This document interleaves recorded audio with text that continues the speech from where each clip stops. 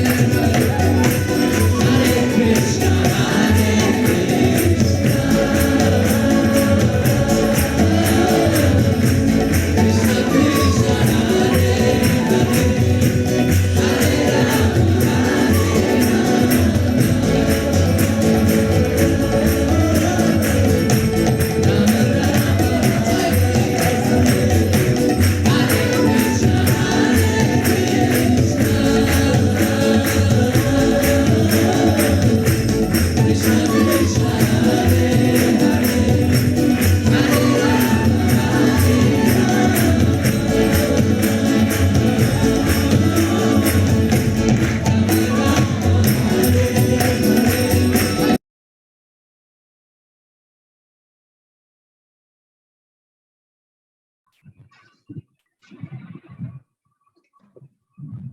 Krishna and Pranam dear devotees. So welcome to our Sunday evening Bhagavad Gita sessions. All of you are doing okay, doing good. And Hare Krishna Mataji, how are you? I'm fine, Prabhuji. Sorry, I was not able to join last two sessions. Yeah, yes, I saw that Mataji. I saw that message. That's okay. Good to have you. Yeah. Good. ठीक है सब? हाँ सब ठीक है. Actually कुछ classes की issue थी तो. अच्छा. ठीक है. Very nice. ठीक. Hare Krishna. Hare Krishna. Sorry.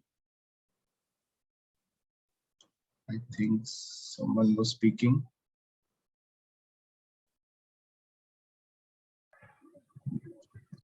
Hare Krishna.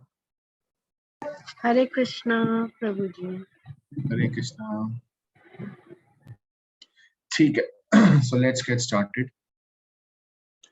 नमो विष्णुपदाय कृष्ण पृष्ठाय भूतले श्रीमते भक्ति वेदांत स्वामिनिति नामिने नमस्ते सरस्वती देवे गौरवाणी प्रचारिणे निर्विशेष शून्यवादी पश्चात देशतारिणे ओम अज्ञानतिमिरन्धस्य ज्ञानाञ्जनशलाकया चक्षुरुन्मिलितं येन तस्मै श्री गुरुवे नमः श्री चैतन्य मनोभीष्टं स्थापितं येन भूतले स्वयं रूप कदा मह्यं ददाति स्वपदान्तिकम् हे कृष्णा करुणा सिंधु दीन बंधु जगतपते गोपेश गोपिका कांता राधा कांत नमोस्तुते तप्त कांचन गौरांगी राधे वृंदावनेश्वरी विश्वभानुसुते देवी प्रणमामि हरिप्रिये वाञ्छा कल्पतरुभ्यश्च कृपा सिन्धुभ्येव च पतितानां पावनेभ्यो वैष्णवेभ्यो नमो नमः जय श्री कृष्ण चैतन्य प्रभु नित्यानंद श्री अद्वैत गदाधर शिवासादि गौर भक्तवृंद हरे कृष्णा कृष्णा कृष्णा हरे हरे हरे राम राम राम हरे हरे श्रील प्रभुपाद की जय हरे कृष्णा सो मैं एक बार फिर से आप सबका स्वागत करता हूँ for our Sunday evening sessions on Bhagavad Gita and आज रामनवमी है तो आप सबको तो सबसे पहले रामनवमी की बहुत बहुत बधाई wish you very happy Ramnavami and आज today is the birthday of lord Ram तो जो भगवान Ram it's his appearance day today और आज हमने in ISKCON Gurugram we had a very wonderful festival and अभी हम वहीं से वापस आ रहा हूँ मैं कुछ देर पहले आया था and it was a wonderful festival. We did kirtan and there was a very wonderful drama by kids and very nicely played, and it was on Sita Mata and Lord Ram sending Sita Mata to again to Rishi Valmiki ji's ashram, and it was on that pastime. And और बहुत सारे बहुत ही अच्छा उन्होंने play किया and we had a good and prasadam was well there was very wonderful prasadam is there as well so I hope कि आप सब भी ठीक हैं और आज का दिन आप सबका अच्छा गया और भगवान के स्मरण में हमारा आज का दिन है जो वो व्यतीत हुआ होगा और तो अभी हम भगवद गीता से दोबारा से चर्चा करते हैं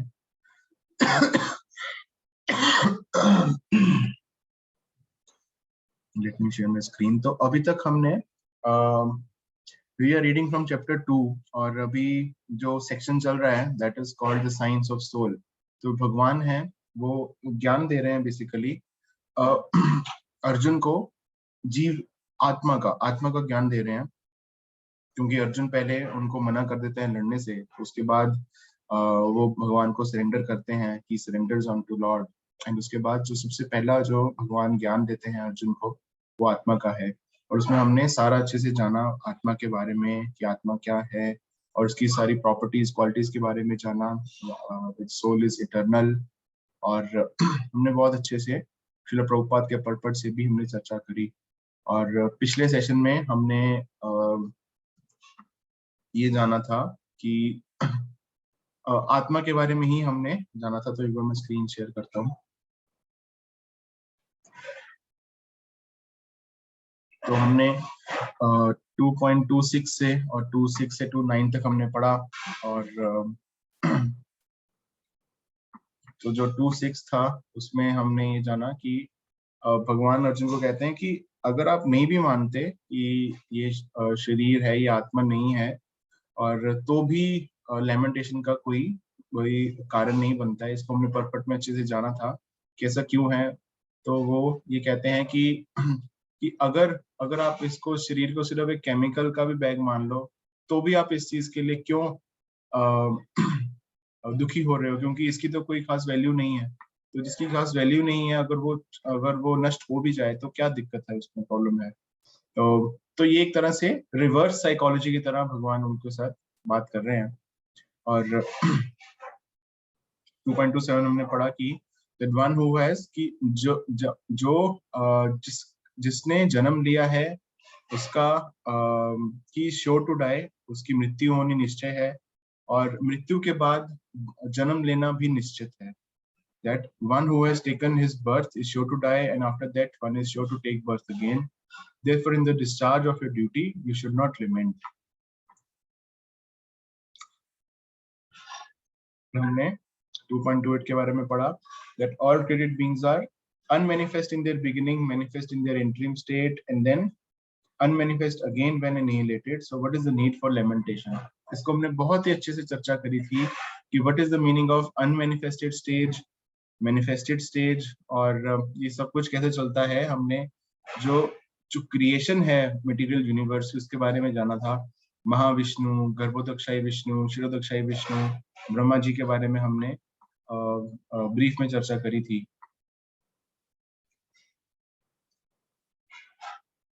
और फिर 2.29 में हमने भगवान बताते हैं कि कुछ लोग कुछ कहते हैं कि ये जो जीवात्मा है इट इज अमेजिंग, कुछ सुनते हैं कि इट इज अमेजिंग, कुछ देखते हैं और कुछ डिस्क्राइब करते हैं it is amazing, but hardly anyone knows that what is the soul. आश्चर्यचकित हो जाते हैं ना। और अब हम डिस्कस करेंगे 2.30। तो और आज से ये इस सेक्शन का लास्ट श्लोक है। उसके बाद हम चर्चा करेंगे कि भगवान अर्जुन को और बताते हैं कि अब ज्ञान के बाद भगवान अर्जुन को कर्म करने की बात करते हैं कि 2.31 से बेसिकली भगवान बताएंगे, अर्जुन को कर्म कांड का ज्ञान देंगे कि व्हाट इज द स्वधर्म के बारे में बताएंगे कि आपकी जो ड्यूटी है एज ए क्षत्रिय वो भी आपको लड़ने की ड्यूटी है। तो अब धीरे धीरे भगवान ज्ञान से फिर उनको एक्शंस पे लेके जाएंगे। एंड उसके बाद हम देखते हैं कि पहले भगवान बताएंगे उनको कर्म कांड के बारे में, फिर बुद्धि योग के बारे में बताएंगे, फिर उसके बाद कर्म योग के बारे में बताएंगे। इसी चैप्टर के अंदर बहुत ही ब्रीफ में थोड़े थोड़े से श्लोक में भगवान उनको बताएंगे। फिर उसके बाद अर्जुन दोबारा से वही सवाल पूछते हैं थर्ड चैप्टर के स्टार्टिंग में कि अब मुझे फिर से क्या करना चाहिए, मुझे भी समझ में नहीं आ रहा है। फिर भगवान उनको फिर से कर्म के बारे में बताते हैं डिटेल में कि थर्ड चैप्टर में फिर से भगवान बताते हैं कि जो कर्म, what is the meaning of कर्म और सब कुछ कैसे चलता है। कर्म योग के बारे में बताते हैं, कर्म कांड से कर्म योग, और उसके बारे में बताते हैं। और फिर उसके बाद 3.30 में कहते हैं कि अब जो भी करो सारा कुछ मुझे अर्पित करो और मेरे लिए करो, इससे आप कर्म बंधन में नहीं फंसोगे। और फिर थर्ड चैप्टर के लास्ट में बताते हैं कि अर्जुन, चलो वैसे हम थर्ड चैप्टर में चले गए बट मैं बहुत ही ब्रीफ में आपको बता रहा हूँ कि फिर उसके बाद फोर्थ चैप्टर में उनको वो फिर से ज्ञान के बारे में बताते हैं। अर्जुन का फिर से वही सवाल आता है कि अब मुझे क्या करना चाहिए, और फिर भगवान उनको ज्ञान देते हैं फिर से। और ज्ञान किस चीज का देते हैं कि ट्रांसेंडेंटल नॉलेज, कि ये जो ज्ञान है पहले तो इसको लेना कैसे है, भगवद गीता पढ़नी किस तरह से है ना। तो वो हमको फोर्थ चैप्टर में समझ में आता है। फिर फिफ्थ चैप्टर में भगवान दोबारा अर्जुन फिर से पूछते हैं कि आपने मेरे को ज्ञान के बारे में बताया, आपने मेरे को कर्म के बारे में बताया और कर्म संन्यास के बारे में बताया, कर्म योग के बारे में बताया, अब इसमें से कौन सा सबसे बड़ा है। फिर फिफ्थ चैप्टर में भगवान उनको कर्म योग एक्शन इन कृष्ण कॉन्शियसनेस के बारे में बताते हैं कि कर्म जो योग है वो कर्म संन्यास से ज्यादा बड़ा है, कि अगर आप कुछ ना करके उससे बेटर है कि मेरे लिए कार्य करना। फिर धीरे धीरे फिर हम सिक्स चैप्टर में जाते हैं, अष्टांग योग के बारे में बताते हैं। फिर सारे जितने भी ये जो योग हैं वो सारे योग की जो क्या कहते हैं समरी है वो भगवान 6.47 में बताते हैं, जब वो पूरा ये जो कर्म योग का जो सेक्शन है वो कंप्लीट करते हैं। और फिर उसमें वहां पे वो समरी देते हैं कि मैंने अभी तक जो भी बताया उसमें से सबसे श्रेष्ठ भक्ति योग है। और फिर फिर जाके 7th चैप्टर से लेके 12th चैप्टर में भक्ति योग भगवान हमको अर्जुन को बताते हैं। वो उनके opulence knowledge of the absolute के बारे में बताते हैं, उनके खुद के बारे में बताते हैं 9वें अध्याय में। 10वें अध्याय में अपने ऐश्वर्य के बारे में बताते हैं। 11वें अध्याय में उनका जो विराट रूप है वो दिखाते हैं उनको। फिर 12वें अध्याय में उनको भक्ति योग के बारे में बताते हैं, डिवोशनल सर्विस। और उसके बाद फिर 13वें अध्याय से वो उनको ज्ञान देते हैं, ज्ञान योग शुरू हो जाता है। उसके बाद उनको बताते हैं कि कर्ता कौन है और जो ज्ञाता है वो कौन है। और फिर मोड्स ऑफ मटेरियल नेचर के बारे में 14 चैप्टर में बताते हैं। 15 चैप्टर में हाईएस्ट परफेक्शनल योग के बारे में बताते हैं, पुरुषोत्तम योग के बारे में। फिर 16 चैप्टर में उनको the divine and the demonic के बारे में बताते हैं। फिर यही कंटिन्यू करता है। फिर 18 चैप्टर में फिर से भगवान उनको सारी समरी बताते हैं कि अब तक जो मैंने सारा बताया, now let us try to conclude it. और कंक्लूसिव जो है, कंक्लूजन है, वो तो हम बहुत बार उसके ऊपर चर्चा कर ही चुके हैं। तो इन कंक्लूजन वो बताते हैं कि सर्वधर्मान परित्यज्य मामेकं शरणं व्रज, है ना, जो हमने सुना कि सब धर्मों का त्याग करके तुम मेरी शरण में आओ। That is the concluding words भगवान के भगवद गीता में, कि सारा कुछ सुन लिया, अब ये इसके ऊपर अमल करो। उसके बाद अर्जुन मान जाते हैं कि हाँ, आपने जो बताया, मेरा सारा जो मोह है वो नष्ट हो चुका है, मेरे को आई एम स्थिर लब्ध नाउ, एंड मेरे को सारी क्लैरिटी आ चुकी है, मुझे क्या करना चाहिए। अर्जुन बताते हैं ये भगवद गीता सुनने के बाद भगवान को। और फिर उसके बाद हमें संजय भी बताते हैं कि जहाँ पे भगवान है और जहाँ पे अर्जुन है वहां पे विजय ही विजय है। तो अभी हमने 5 मिनट 10 मिनट में 7-8 मिनट में भगवद गीता का पूरा जो समरी है वो हमने थोड़ा सा संक्षेप में समझ लिया। और बट अभी हम फिर से वापस आते हैं दूसरे अध्याय के 30वें श्लोक में, जहाँ पे भगवान अर्जुन को आत्मा के बारे में ये एक और कंक्लूजन बताते हैं। तो एक बार मैं स्क्रीन शेयर करता हूँ।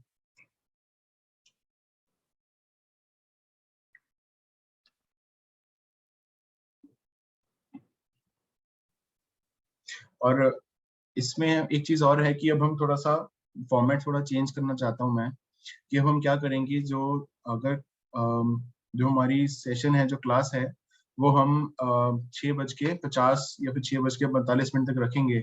और फिर जितने भी अगर आपके कोई प्रश्न उत्तर हैं, जो प्रश्न हैं, ताकि हम उस पर ज्यादा चर्चा कर सकें और हम टाइम से सेशन को क्लोज भी कर सकें। अगर आपके कोई प्रश्न नहीं है तो फिर हम दोबारा आगे बात मतलब पढ़ भी सकते हैं, नहीं तो हम वी कैन क्लोज ऑल्सो।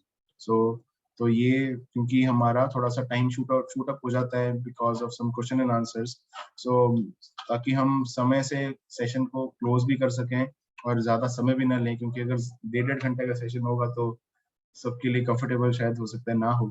तो हम 1 घंटे में कोशिश करेंगे इसे रैप अप करने, और जो 15 मिनट्स हैं will try to keep it for question answers. और मैं फिर से वही इनकरेज करूंगा आपसे कि अगर हम प्रश्न पूछते हैं तो उससे हमको ज्यादा क्लैरिटी होती है, उससे एक तो समझ में आता है कि हम सुन रहे हैं।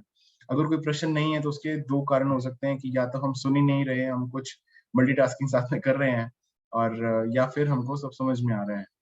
और बट प्रभुपाद कहते थे that we must have some questions, प्रणिपातेन परिप्रश्नेन सेवया। तो ये 3 जो हैं, जो विधि, उन्हीं से सब कुछ कंप्लीट होगा। प्रणिपात, हम्बलनेस एंड सबमिसिवनेस, एंड परिप्रश्नेन we should ask questions, intelligent questions, and सेवया we should do some service. So let us proceed further.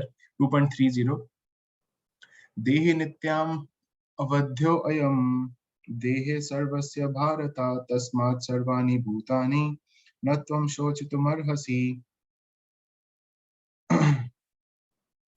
O descendant of Bharat, he who dwells in the body can never be slain, therefore you need not grieve for any living being.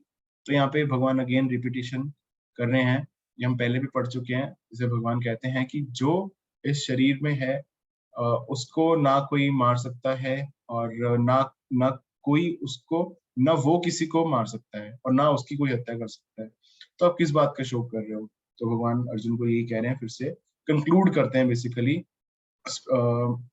जो जीवात्मा का जो ये जो ज्ञान है, इसके basis पे भगवान अब इनको कंक्लूड कर रहे हैं अर्जुन को। क्या कह रहे हैं भगवान? The Lord now concludes purport. The Lord now concludes the chapter of instruction on the immutable spirit soul in describing the immortal soul in various ways. Lord Krishna establishes that the soul is immortal and the body is temporary. Therefore, Arjun as a Kshatriya should not abandon his duty out of fear that his grandfather and teacher Bhishma and Drona will die in the battlefield. अब देखिए, अब यहाँ पे duty Prabhupada लेके आ रहे हैं, क्योंकि उनको पता है कि आगे के जितने श्लोक हैं भगवान उनको ड्यूटी के बारे में बताने लगे कि डू योर ड्यूटी, स्वधर्म जिसको हम बात करते हैं, डू योर ऑक्यूपेशनल ड्यूटी। और स्वधर्म भी दो तरह का होता है, एक स्पिरिचुअल धर्म और एक मटेरियल जो हमारा भी ऑक्यूपेशनल धर्म है, उसके बारे में भी हम चर्चा करेंगे आगे श्लोक में। On the authority of Shri Krishna, one has to believe that there is a soul different from the material body, not that there is no such thing as soul, or that living symptoms develop at a certain stage of material maturity resulting from the interaction of chemicals. तो ऐसा तो है नहीं कि हम ये अब हम अथॉरिटी के बेसिस पे भी कह सकते हैं, क्योंकि भगवान कह रहे हैं। हो सकता है मैं जो कह रहा हूँ वो गलत हो, क्योंकि आई एम नॉट परफेक्ट और I have imperfect senses as well. जो मैं सोचता हूँ वो भी गलत हो सकता है, बट जो भगवत गीता में लिखा है वो तो गलत नहीं हो सकता। तो भगवान ही कह रहे हैं कि that we are not this body, we are spirit soul. और आत्मा के बारे में उन्होंने एक दो में खत्म नहीं करा, कुल मिला के 16-17 श्लोक में भगवान ने डिटेल में बताया सारा कुछ, है ना। और उसके बाद हमने प्रभुपाद के पर्पस में भी सारा कुछ जाना। तो with such detail and with such clarity we have so much knowledge and understanding about soul. On the authority of Shri Krishna, one has to believe that there is a soul different from the material body, not that there is no such thing as soul, or that living symptoms develop at a certain stage of material maturity resulting from the interaction of chemicals. Though the soul is immortal, violence is not encouraged, but at the time of war, it is not discouraged when there is actual need for it. That need must be justified in terms of the sanction of the Lord and not capriciously. तो देखिए ये important है कि वो हमें ये नहीं सोचना चाहिए कि अगर सब कुछ ही अगर कोई लॉस है ही नहीं, अगर किसी को मारने से कोई नुकसान ही नहीं होता, तो we can go on keep on doing murders as well. ऐसा नहीं है। There has to be a sanction of the lord and that is the real dharma, है ना। कि जो भगवान कह रहे हैं करने को, भगवान अर्जुन को कह रहे हैं कि लड़ो, for that is Krishna consciousness for Arjun. But Krishna is asking Arjun to do, because Arjun may think कि ये मेरे को अर्जुन की उस टाइम पे मनोभावना क्या है कि मैं अगर लड़ूंगा तो मेरे को ये पाप लगेगा, मैं एंजॉय नहीं कर पाऊंगा, ये सारी फैमिली डिस्ट्रॉय हो जाएगी और सब कुछ हो गया तो इस सब को फायदा क्या। एंड जो स्त्रियां हैं वो विधवा हो जाएंगी और सब कुछ, there will be loss of progeny and so many things will happen, है ना, जो अर्जुन हमने फर्स्ट चैप्टर में पढ़ा था।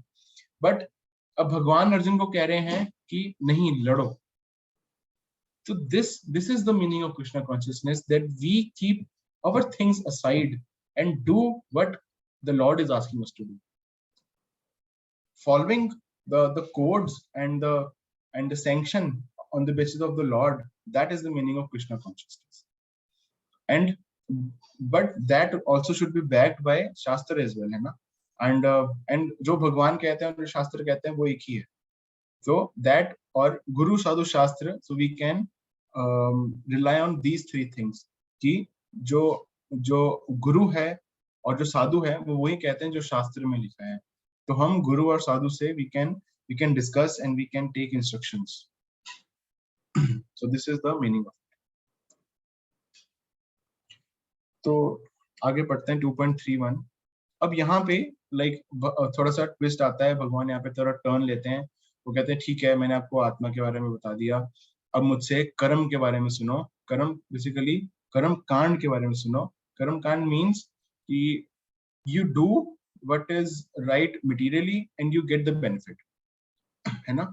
जैसे कि मैं जॉब करता हूँ, अगर हम जॉब करते हैं तो हमको कुछ धन मिलता है, वो धन से हम we can do sense gratification, we can enjoy, we can watch movie, we can buy a new car, whatever it is. So that is right, that is true, isn't it? Like right in some job, that is true also, कि you do your material you do your occupational duty and you get some results, but that result, whether it is um, beneficial for you or not, that is decided on the basis of Shastra.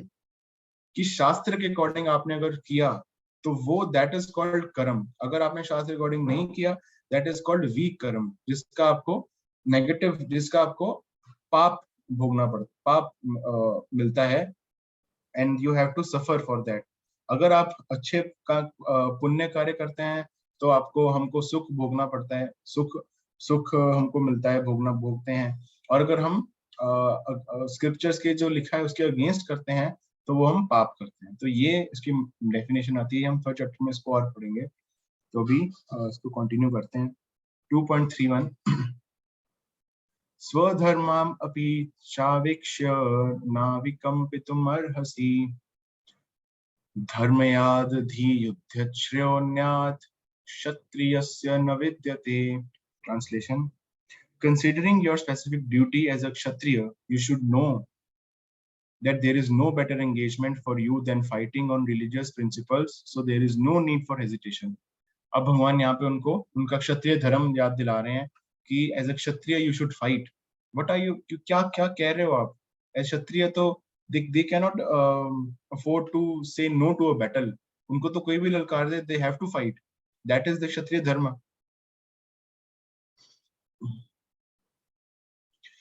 Out of the 4 orders of social administration, the second order for the matter of good administration is called Kshatriya. अब यहाँ पे प्रभुपाद बहुत interestingly ना क्षत्रिय का meaning समझाते हैं. Kshat means hurt. One who gives protection from harm is called Kshatriya. त्रायते है ना, to give protection. त्रायते का मतलब होता है to give protection. और Kshat means hurt. So one who gives protection from hurt is called a Kshatriya. Or one who gives us protection, basically. That is called Kshatriya or an administration class. तो out of 4 orders का मतलब क्या है कि जो 4 वर्ण हैं, ब्राह्मण, क्षत्रिय, वैश्य एंड शूद्र, तो ये जो 4 वर्ण हैं, तो इसमें से जो दूसरा है क्षत्रिय, तो उनका ये मतलब है. The Kshatriyas are trained for killing in the forest. A Kshatriya would go into the forest and challenge a tiger face to face and fight with the tiger with his sword.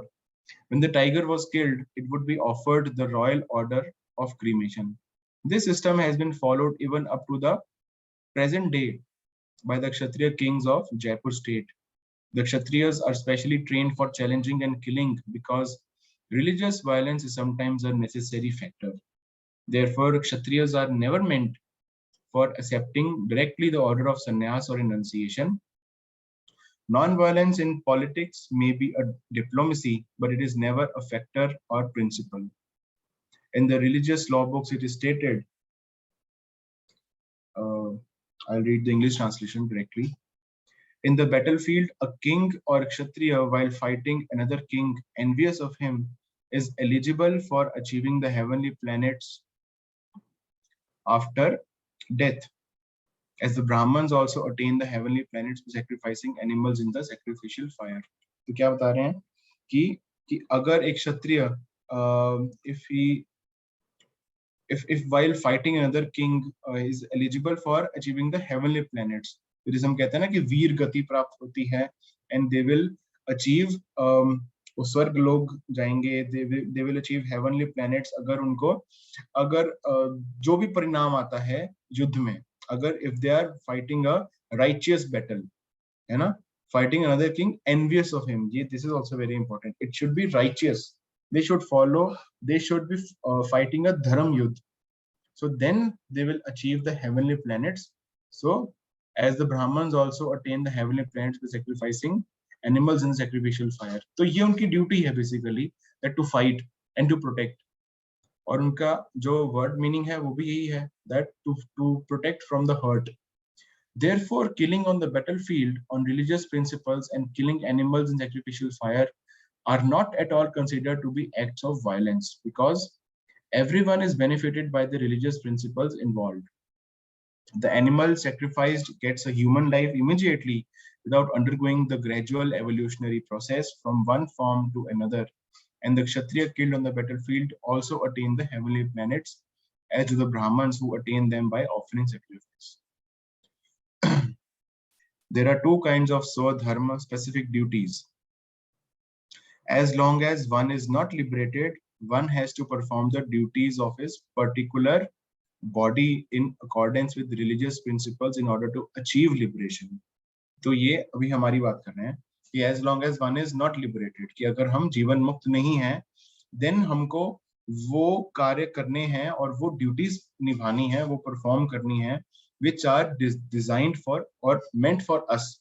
Let's suppose कि if I am a husband, then I have to perform my duties of a husband properly. If someone is a wife, then she has to perform her duties properly. If someone is a mother, then she has to perform her duties in that manner. Somebody is a son, somebody is a daughter, somebody is a brother, then everybody has a duty. And and of course, like family duties, and then occupational duties, like they have to, let's suppose if there is the head of the family, they have to maintain the family, and they must see that all the women and the children of the family are protected and they remain safe and protected. This is also comes with the like as a duty, and it should be righteously performed. So this is one duty जिसको हम बोलते हैं occupational duty, है ना, like which is one swadharam, or we can say based on material bodily concept. But there is another swadharam as well, जिसको हम अभी discuss करेंगे, which is spiritual, जिसको हम बोलते हैं my constitutional duty. Constitutional duty means, let's suppose like हमने अभी इससे पहले हमने पढ़ा that we are not this body, we are spirit soul. जैसे कि body is like body को भूख लगती है, हमें भूख लगती है, तो फिर हम we honor प्रसाद, हम प्रसाद पाते हैं, हमको प्यास लगती है, हम पानी पीते हैं. इसी तरह से soul is also hungry, but soul is hungry for something different. We cannot हम soul की जो hunger है उसको नहीं बुझा सकते by simply giving this this food or something. It has to be something spiritual.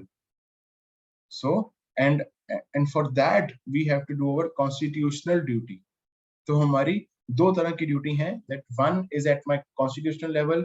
Constitutional level means कि जो मेरा I am at the level of soul, and one is at the level of occupational duty. That ठीक है, मेरे ये रिश्ते नाते हैं, मेरी ड्यूटी है, I have to do some job and I have to earn a living, maintain my family and do some service, do proper service, and also have to do some charity based upon the ashram that I am living in. If it is a grihastha ashram, then I do have some liabilities to do some charity. And क्योंकि जो बाकी तीन आश्रम हैं, none of them are earning actually, है ना. जो brahmacharya ashram, they do not earn. The vanprastha and sannyas ashram, they also do not earn. It is the grihastha only who are earning a living, and the other three are dependent on grihasthas. पहले भी ऐसे ही होता था, because the other three, everything was based upon devik varnashram dharam, है ना, where it is not simply varnashram dharam. So varnashram means like 4 varnas and 4 ashram, and 4 वर्ण क्या है, जैसे हमने डिस्कस किया कि ब्रह्मचर्य, गृहस्थ, सॉरी ब्राह्मण, क्षत्रिय, वैश्य, शूद्र, तो ये 4 वर्ण हैं.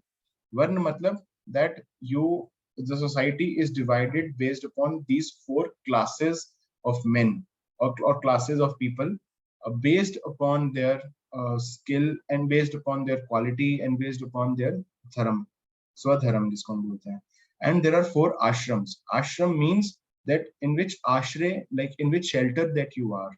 There are ashram means the 4 तरह के क्या हैं, brahmacharya, गृहस्थ, वानप्रस्थ एंड संन्यास आश्रम.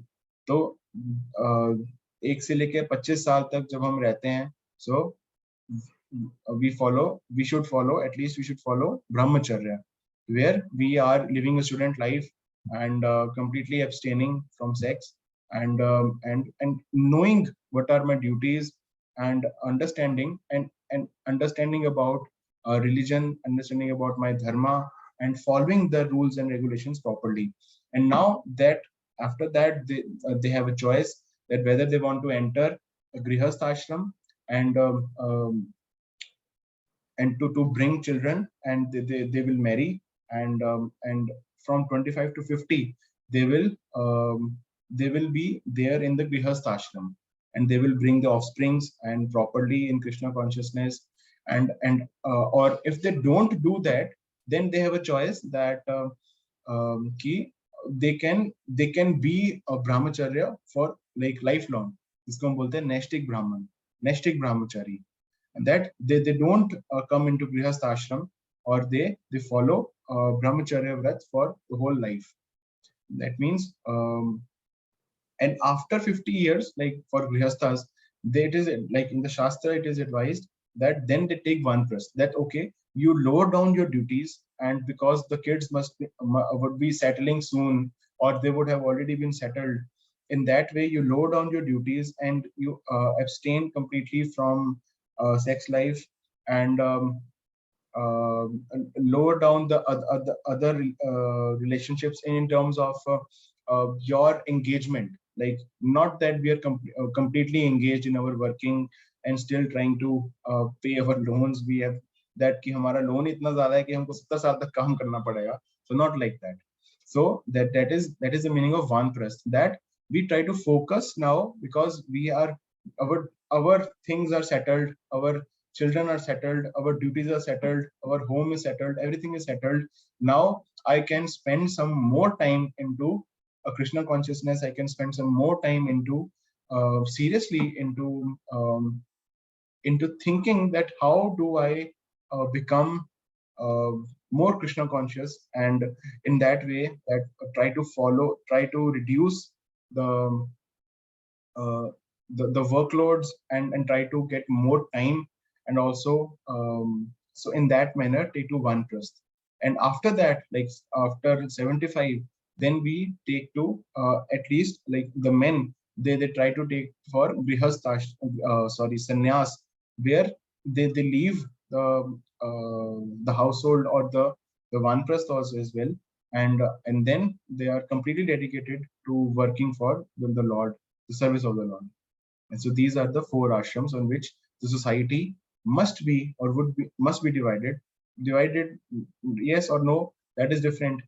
And then there are varnas is Brahman, Kshatriya, Vaishya, Shudra. Like Brahman is the knowledgeable class, and the one who are the learned ones, the teachers, and they are meant to to tell us what is the right way to live a life, and to understand what is the meaning of this life, and what is the meaning of God, who is God, and what is my relationship. So all that thing which are there. And then Kshatriya, the administrative or the warrior class, where they are meant to run a state, or run like the whole planet or the country, and the protection is their duty, and running the state is their duty, managing the state affairs is their duty, and everything is their duty. And then there is the mercantile class, which is the Vaishyas. They're the mercantile class which earns the livelihood, and they are like the business class. And then the fourth is the Shudras.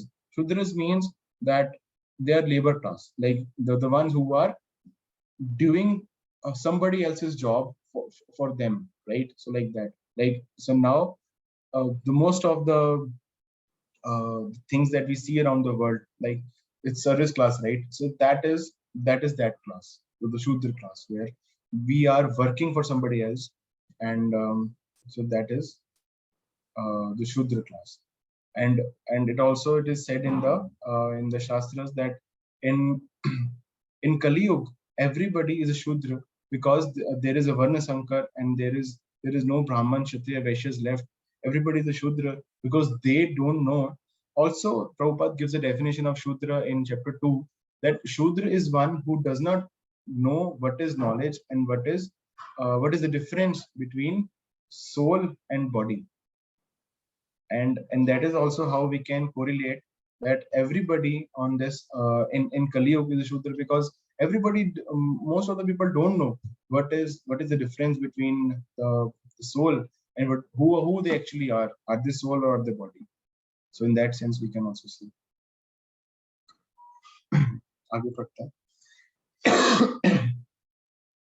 When one is liberated, one's swadharma, specific duty, becomes spiritual and is not in the material bodily concept.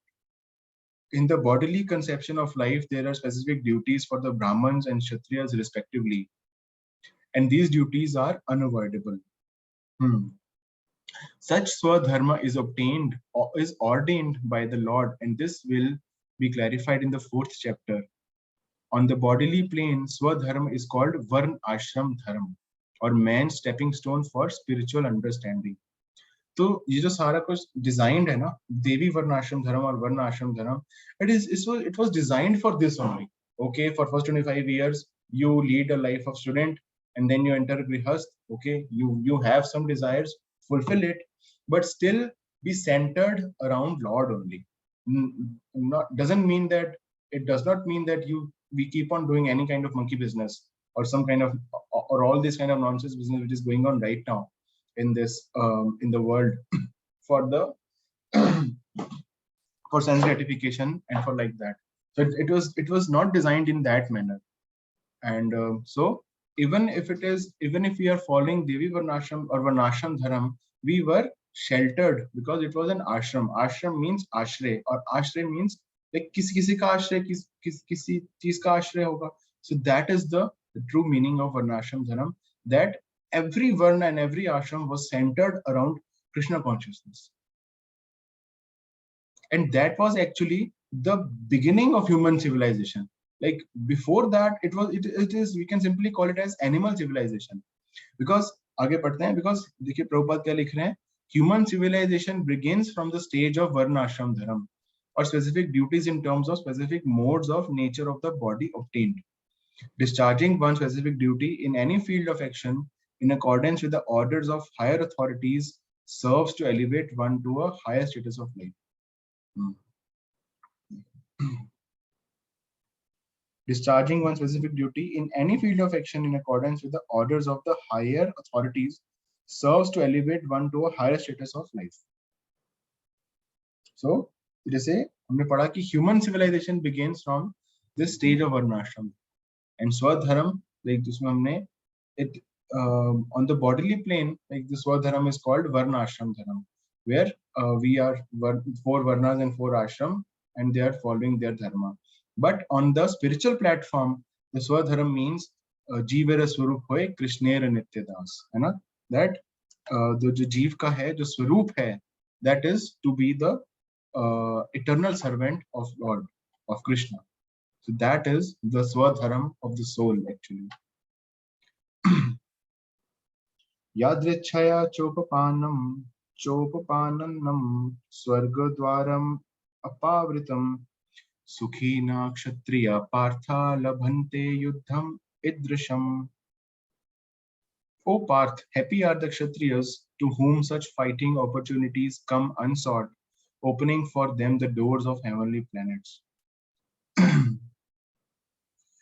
As supreme teacher of the world, Lord Krishna condemns the attitude of Arjun, who said, I do not find any good in this fighting. It will cause perpetual habitation in hell. Such statements by Arjun were due to ignorance only. He wanted to become non-violent in the discharge of his specific duty. कि वो क्या करना चाहते थे, अपना क्षत्रिय धर्म छोड़ के वो चाहते थे कि मैं भीख मांगू. वो अर्जुन यही कहते हैं कि it is better to beg for, है ना, it is better to beg rather than to fight for the land. And so, and his duty as a kshatriya is to fight. And so, but he wanted to become non-violent, like completely opposite. For a kshatriya to be on the battlefield and to become non-violent is the philosophy of fools.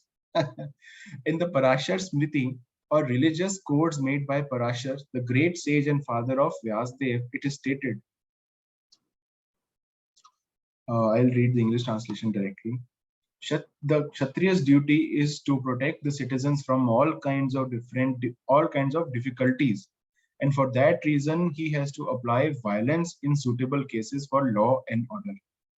Therefore he has to conquer the soldiers of inimical kings, and thus with religious principles he should rule over the world. You know, because जब भगवान actually Mahabharat के time पे भगवान युद्ध कराना चाहते थे, क्यों? क्योंकि जो अभी जो किंग हैं Dhritarashtra, he was an irreligious person as in धर्म को फॉलो नहीं करते थे, तभी तो ये सारा युद्ध हो रहा था. बट एंड कृष्णा और भगवान का वो तो कहते ही हैं कि यदा यदा ही धर्मस्य ग्लानिर्भवति भारत, जब जब जो धर्म का जब नाश होता है तब तब मैं आता हूँ धर्म की पुनः स्थापना करने, है ना. परित्राणाय साधूनां विनाशाय च दुष्कृताम धर्म संस्थापनार्थाय, धर्म को दोबारा से संस्थापक करने मैं आता हूँ. संभवामि युगे युगे, युगो युगो में आता हूँ. तो भगवान का जो आउट ऑफ द महाभारत है ना जो हुई, तो उनका जो मास्टर प्लान था भगवान का वो यही था कि ये युद्ध होगा, युद्ध में जितने भी ये जो अधर्मी लोग हैं ये सब आपस में लड़ेंगे और मर जाएंगे. तो मेरा जो जो जो प्लान है वो पूरा हो जाएगा, सारे धर्मी लोग मर जाएंगे, धर्म वाले लोग बचेंगे, and Yudhishthir will rule over the Bharatvarsh.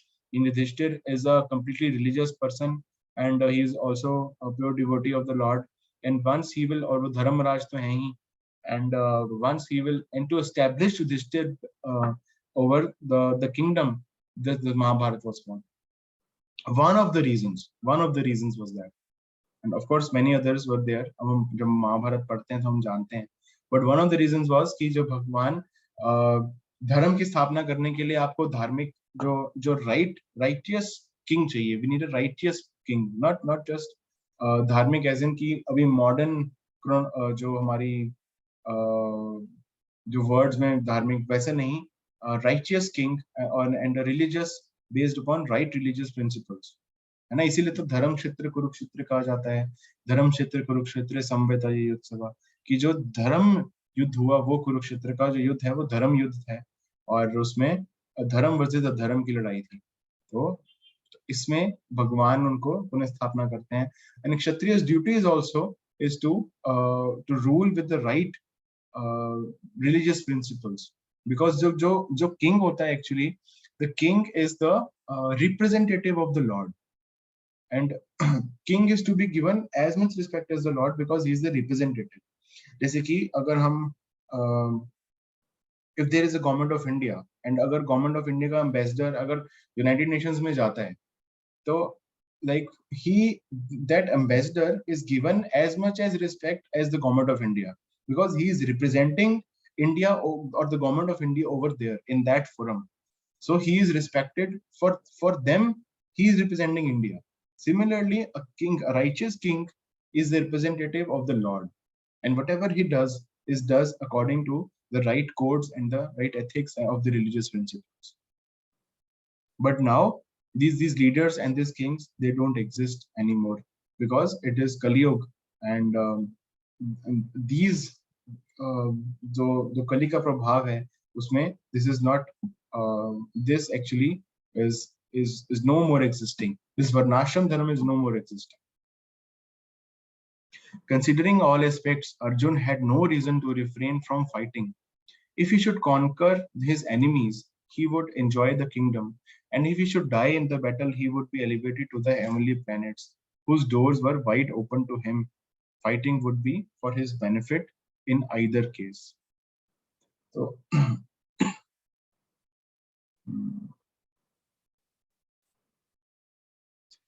2.33 अथ चेत्त्वम् इमां धर्म्यं संग्रामं न करिष्यसि तथा स्वधर्मं कीर्तिं च हित्वा पापम् अवाप्स्यसि. If, however, you do not perform this religious duty of fighting, then you will certainly incur sins for neglecting your duties and thus lose your reputation as a fighter. तो अर्जुन ने एक्चुअली भगवान को बोला था, है ना, फर्स्ट चैप्टर में कि मैं नहीं लड़ूंगा, अगर मैं लड़ूंगा तो मुझे पाप लगेगा. अब भगवान बता रहे हैं, अब एक्चुअली उसका आंसर अब यहाँ पे भगवान दे रहे हैं कि अगर तुम ये नहीं लड़ोगे तो तुम्हें पाप जरूर लग जाएगा, क्योंकि you are now neglecting your duties as a kshatriya, as your dharma, as your swadharma. You are a fighter and you are a kshatriya, and your duty is to fight against adharam and fight for dharam. So if you don't do, you will definitely get infamy and you will definitely get sin. ये भगवान बता रहे हैं. Arjun was a famous fighter and he attained fame by fighting many great demigods, including even Lord Shiva. After fighting and defeating Lord Shiva in the dress of a hunter, Arjun praised the Lord and received as a reward a weapon called Pashupatastra. Everyone knew that he was a great warrior. Even Dronacharya gave him benedictions and awarded him the special weapon by which he could kill even his teacher. So he was credited with so many military certificates from many authorities, including his adoptive father Indra, the heavenly king. But if he abandoned the battle, not only would he neglect his specific duty as a Kshatriya, but he would lose all his fame and good name and thus prepare his royal road to hell. In other words, he would go to hell not by fighting, but by withdrawing from battle. कि अगर वो युद्ध छोड़ देते हैं, अगर वो नहीं लड़ते, तो वो जरूर पाप करेंगे और rather than अगर वो लड़ते हैं. तो यहाँ पे, but again this all is being told by Krishna in terms of कर्म कांड कि अगर आप कर्म नहीं करोगे, अगर आप अगर आप अपने कर्म अच्छे से नहीं फॉलो करोगे तो आपको पाप लगेगा. वही वाली बात आ रही है, पाप और पुण्य वाली.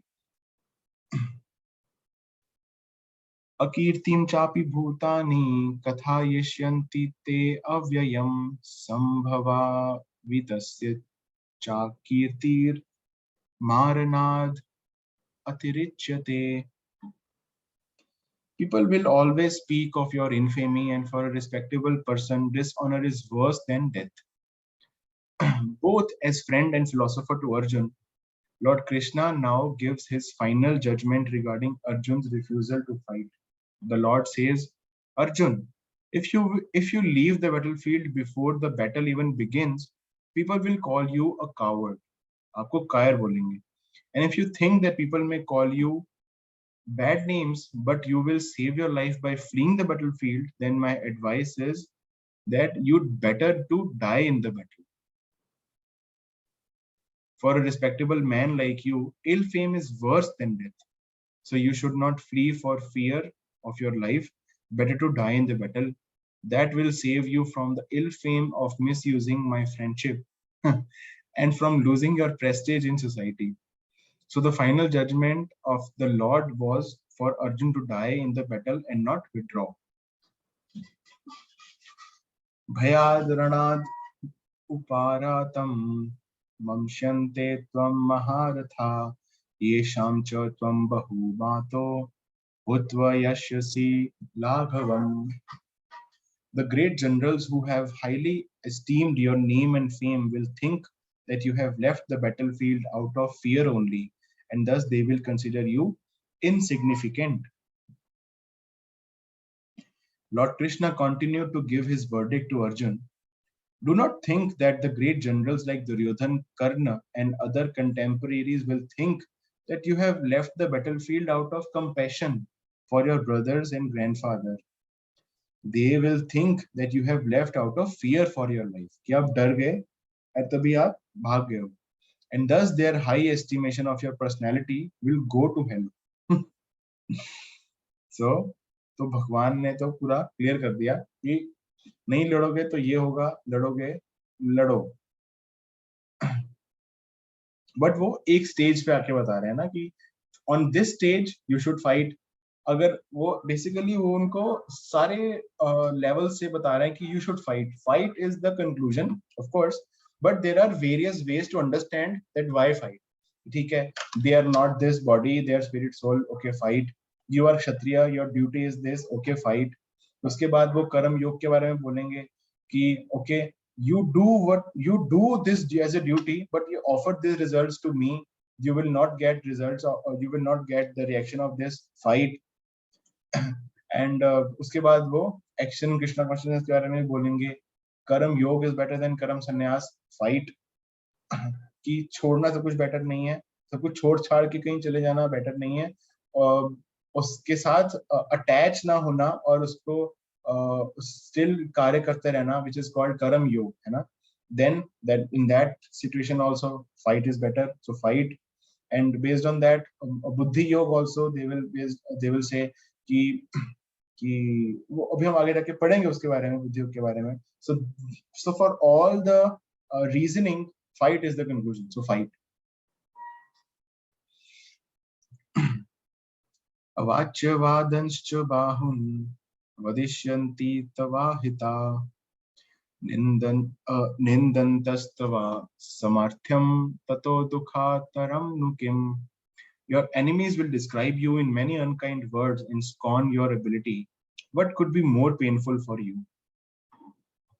Lord Krishna was astonished in the beginning at Arjun's uncalled for plea for compassion, and he described his compassion as befitting the non-Aryans.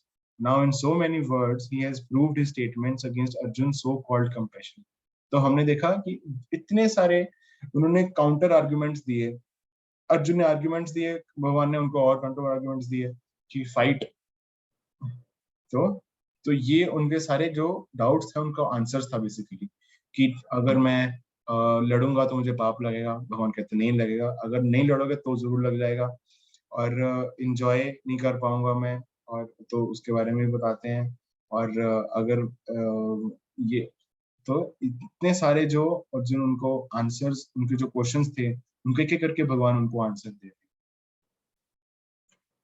हतो वा प्रपश्यसि स्वर्गम जित्वा वा भोक्ष्यसे महिम तस्मात् उत्तिष्ठ कौन्तेय युद्धाय कृतनिश्चया. O son of Kunti, either you will be killed on the battlefield and attain the heavenly planets, or you will conquer and enjoy the earthly kingdom. Therefore, get up with determination and fight. Even though there was no certainty of victory for Arjun's side, he still had to fight. For even being killed there, he could be elevated into the heavenly kingdoms. सुखा दुखे समाकृत्वा लाभ लाभौ जया जयौ ततो युद्धया युज्यस्व नैवं पापम अवाप्स्यसि. Do thou fight for the sake of fighting, without considering happiness or distress, loss or gain, victory or defeat, and by so doing you shall never incur sin. Lord Krishna now directly says that Arjun should fight for the sake of fighting because he desires the battle. देखिए क्या कह रहे हैं कि कर्म करिए क्योंकि आपको करना है, because for the sake of doing it. There is no consideration of happiness or distress, profit or loss, victory or defeat in the activities of Krishna consciousness. That everything should be performed for the sake of Krishna is transcendental consciousness. So there is no reaction to material activities.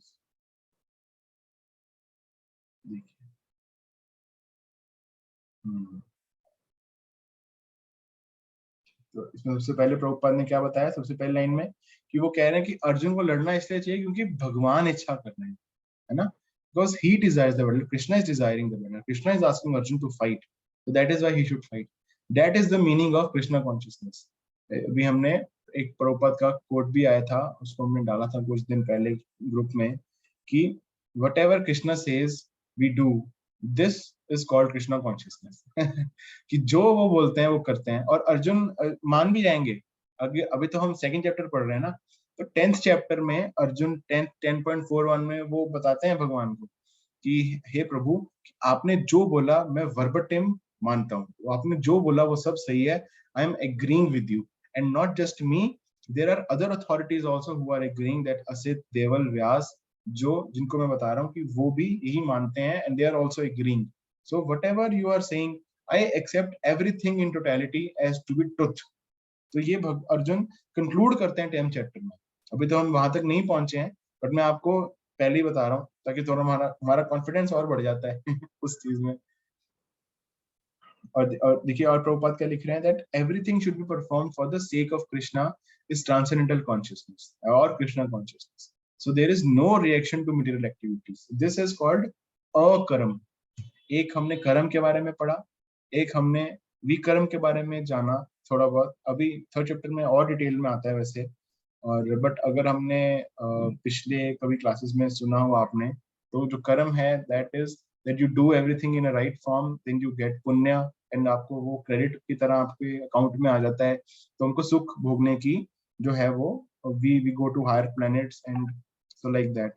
And if we do vikaram, then we incur sin, and उसका reaction होता है, then we go to hellish planets and go to hell, and then we suffer over there. और उसके बाद जो sin के जो जितने भी reactions हैं वो पूरे होने के बाद हम दोबारा यहाँ पे आते हैं, उससे भी सब कुछ पूरा नहीं हो जाता. We still have to suffer the reactions of all that. Sin के बाद तो जो नीचे जाना होता है वो तो punishment है, उसके reactions अलग हैं, punishment अलग मिलती है. So that is vikaram. But if we do anything in Krishna consciousness, and if we do as akaram, then there is no reaction to material activities. It is like कि akaram is like जैसे हम fan, जो हमारा fan चलता है ना, अगर हमारा फैन लगे हैं तो फैन जैसे ही स्विच ऑन करा तो फैन चलना शुरू हो जाता है, तो that means there is electricity, and अब वो फैन चल रहा है, that fan has some momentum, उसका कुछ मोमेंटम होता है, it has some weight, it has some momentum with it because it is moving. And if I try to fan is trying to rotate in some direction, let's say clockwise direction. If I try to rotate that fan in anti-clockwise, the fan will break. If the fan is rotating in clockwise direction, it is giving me good air and हवा आ रही है अच्छे से, मेरे को गर्मी नहीं लग रही, and I'm enjoying. So if I rotate the fan in anti-clockwise direction, then the fan will break. But if I switch off the fan and then there is no electricity, that means akaram, and the fan may be rotating for some time because of our past karmas है ना, the past Karma के reaction कुछ रहते हैं, but it is ऐसा मानना चाहिए. इसका एग्जांपल ऐसे लेते हैं, जो उपमा है वो इस तरह से है कि as soon as you start doing a karma or start your consciousness switches to Krishna consciousness, and we start doing everything according to that, and that means no electricity in the fan, and we do not get any reaction, either good or bad. And no reaction means slowly and slowly whatever we are left off are completed, and if we are still following the right process, and then we are जो हमारा जो ये कर्म बंधन है इसको हमको छुटकारा मिल जाता है, and then we are released from the cycle of birth, death, old age and disease, janam mrityu jara vyadhi, and then we go back home, back to God. No more birth, death, old age and disease. So but कई बार ऐसा होता है, जैसे हम देखते हैं कि button बंद कर दिया है बट फैन अभी भी घूम रहा है, क्यों? क्योंकि वो पिछली एनर्जी लेके घूम रहा है ना, घूम तो पहले रहा था बट उसको भी रुकने में टाइम लगेगा. That is something called, like we call it as anarth nivriti, where our past anarthas है ना, उनकी निवृत्ति होती है as we start following the process. But that is for sure that whatever we would be doing now, they won't carry any result. But for past results, there may be some reactions. For past actions, there may be some results or some reactions like that. He who acts for his own sense gratification, either in goodness or in passion, is subject to the reaction, good or bad. But he who has completely surrendered himself in the activities of Krishna consciousness is no longer obliged to anyone, nor is he a debtor to anyone, as one is in the ordinary course of activities. It is said, मैं translation पढ़ता हूँ. Anyone who has completely surrendered onto Krishna, Mukund, giving up all other duties, is no longer a debtor, nor is he obliged to anyone, not the demigods, nor the sages, nor the people in general, nor kinsmen, nor humanity, nor forefathers. Bhagavatam 11.5.41. That is the indirect hint given by Krishna to Arjuna in this verse, and the matter will be more clearly explained in the following verses. यहाँ पे क्या कह रहे हैं प्रभुपाद, भागवतम को coat करके बता रहे हैं कि जो व्यक्ति who has completely surrendered unto Krishna, है ना, and who has given up all other duties, सर्वधर्मान परित्यज्य, वो किसी का देनदार नहीं रहता. जैसे कि हमारी बहुत बार we are obliged, है ना, कि हमको पितरों को जो है वो रोटी दान, जो हमको दान करना होता है, और कई बार हमारे जो our fathers and our forefathers, when they leave, then there are lots of obligations which usually are there for those people who are following the karam kand, that they have to do the shraddh and everything, and sometimes also that they are following, they are doing some demigod worship, and then they are also obliged to give something to demigods, or है ना, or get something from them, or any people in general, है ना, or to state or to the family. But वो क्या कह रहे हैं कि the one who is completely centered onto Krishna, that person is no longer obliged to do any of these things, because it is like कि जैसे कि अगर आपने पेड़ की जड़ को पानी दे दिया, तो आपने पेड़ के सारी टहनियों को, सारे पत्तों को, सारे फूल को, सारे फल को, सबको पानी दे दिया। आपको अलग अलग किसी को जाके देने की जरूरत नहीं है। इसका एग्जांपल हम ऐसे भी ले सकते हैं कि जैसे कि अब अगर हम कुछ अगर हम कुछ व्यय कमाते हैं, if we earn some living, तो हम सरकार को टैक्स देते हैं। बट सरकार के तो बहुत सारे डिपार्टमेंट्स हैं, ministry of external affairs, ministry of home affairs, defence है, और बहुत सारे डिपार्टमेंट्स है, फाइनेंस है, अलग से है। बट आप टैक्स तो किसी एक डिपार्टमेंट को देते हो, आप सबको तो अलग अलग टैक्स नहीं देते। हमने अगर एक अपने जिसको टैक्स देना लिखा है, जिसको टैक्स देना सरकार ने बाध्य किया है, अगर हम उसको दे देते हैं, तो वो टैक्स सब जगह इक्वली डिस्ट्रीब्यूट सरकार अपने आप कर लेती है। मेरे को टेंशन लेने की जरूरत नहीं है कि मेरे को यहाँ भी देना है, मेरे को ये भी देना है, इस तरह से। if I am paying my income tax to one department which is there legal, so that means I have done my duty complete. It is like that. That anyone that who was completely centered into Krishna is no longer a debtor, or no longer is obliged to demigods nor forefathers. But the condition is that we should be doing that process wholeheartedly and in a right manner. So that should be the thing.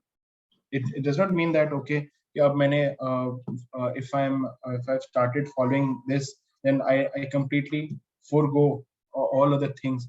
It should come in a way that that I should follow Krishna consciousness at least first in the right manner, in a proper manner. And Prabhupada also said that. So this is where our today's class, हम उसको यहीं पे विराम देते हैं।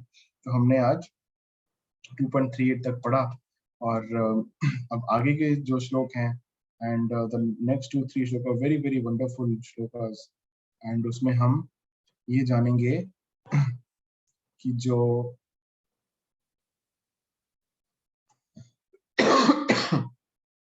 जो बुद्धि योग के बारे में जानेंगे, कृष्णा कॉन्शियसनेस के बारे में, कि अब भगवान उनको बताते हैं कि अब क्या करना चाहिए। लाइक अब उन्होंने हमको कर्म कांड के बारे में बता दिया, अब हमको वो कृष्ण भावनामृत के बारे में बताएंगे कि अगर कोई थोड़ा सा भी इस पथ के ऊपर चलते हैं, तो they are completely freed from the fear, the most जो सबसे बड़ा जो डर होता है, जो सबसे बड़ा जो फियर होता है, उससे वो मुक्त हो जाता है। और सबसे बड़ा जो फियर होता है, that is falling into the lower species of animal kingdom, और है ना। बट वो क्या कहते हैं कि अगर हम if we are doing Krishna consciousness properly, then we are relieved from that fear, because in the next life we are, क्योंकि भगवान वो हमारी रक्षा करते हैं in the next life, that he gives us protection, and either we take birth in a Brahman family, or either we take birth in an aristocratic family, where we are again given a chance, and it is rest assured that we get a human form of life, and we are again given a chance to start from the same level where we left in our past life. So ये हम आगे जाके अभी हम पढ़ेंगे। तो इसी के साथ ही जो आज का सेशन है उसको हम यहीं पे क्लोज करते हैं। अगर किसी के कोई प्रश्न है या फिर कोई टिप्पणी है, तो they are most welcome to ask.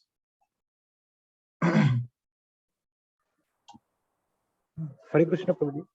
Hare Krishna Prabhu. Thank you very much Prabhu ji for the wonderful lecture.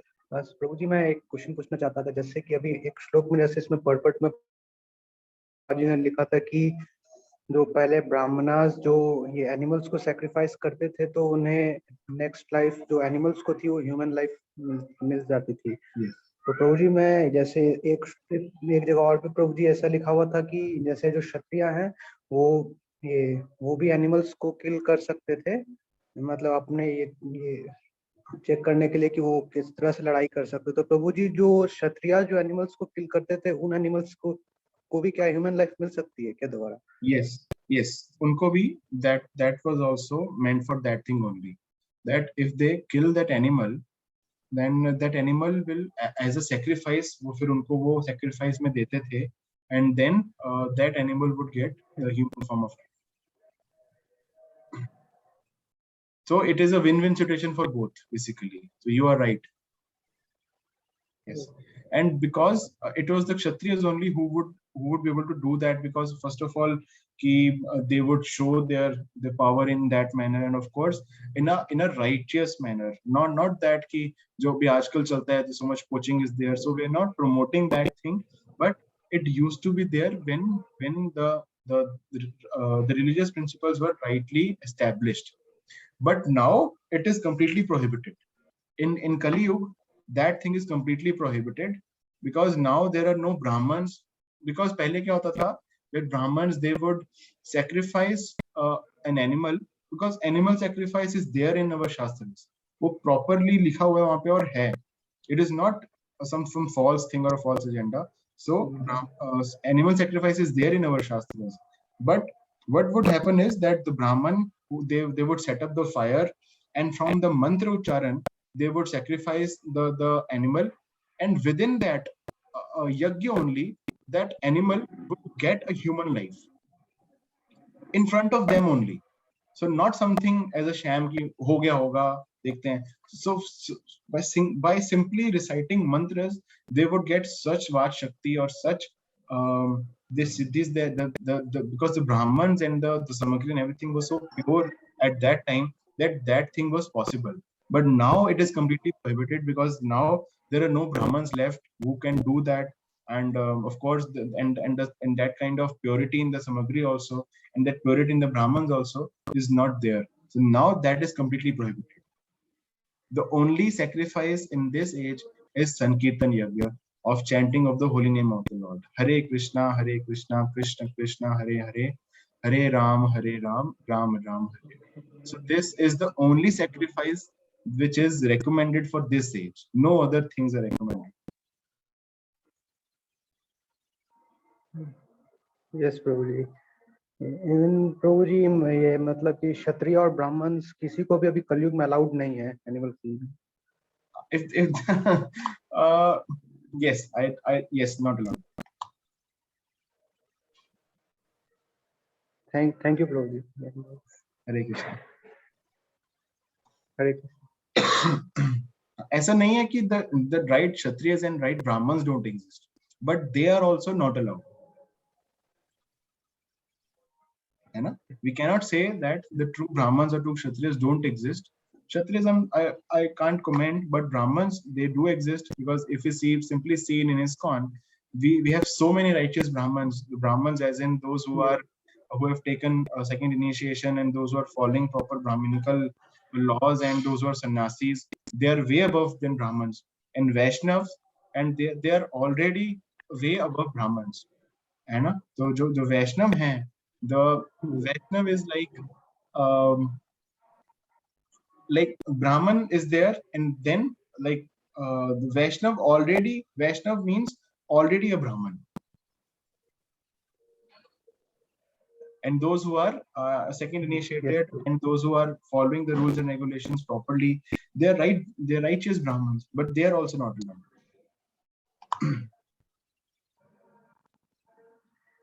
Yes, Prabhu ji, we can understand it in the way, Prabhu ji, की जो purpose होना चाहिए अगर animal killing का है, तो purpose should be of dharma. Then it will.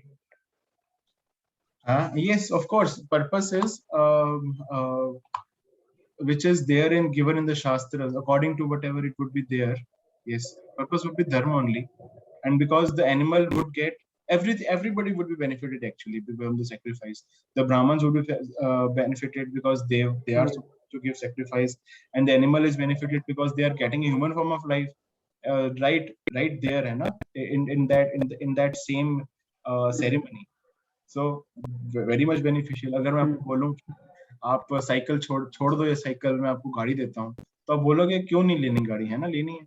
Somebody foolish would say कि नहीं, मुझे तो साइकिल बढ़िया पसंद है, मैं तो गाड़ी नहीं लेना चाहता. It is like that. But that is also prohibited, because that thing is not possible, that purity and that thing is not possible in Kali Yuga. And along with that, there are so many other things also which are prohibited, not just that.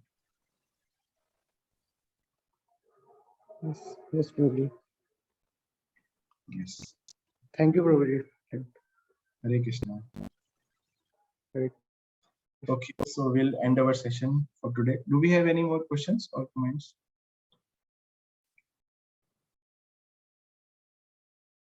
Okay, so we'll end our session for today. वाञ्छाकल्पतरुभ्यश्च कृपा सिन्धुभ्येव च पतितानां पावनेभ्यो वैष्णवेभ्यो नमो नमः। श्रीगुरु श्रील प्रभुपाद की जय, अनंत कोटि वैष्णववृंद की जय। गौर प्रेमानंदे। हरि हरि बोल। हरे कृष्णा।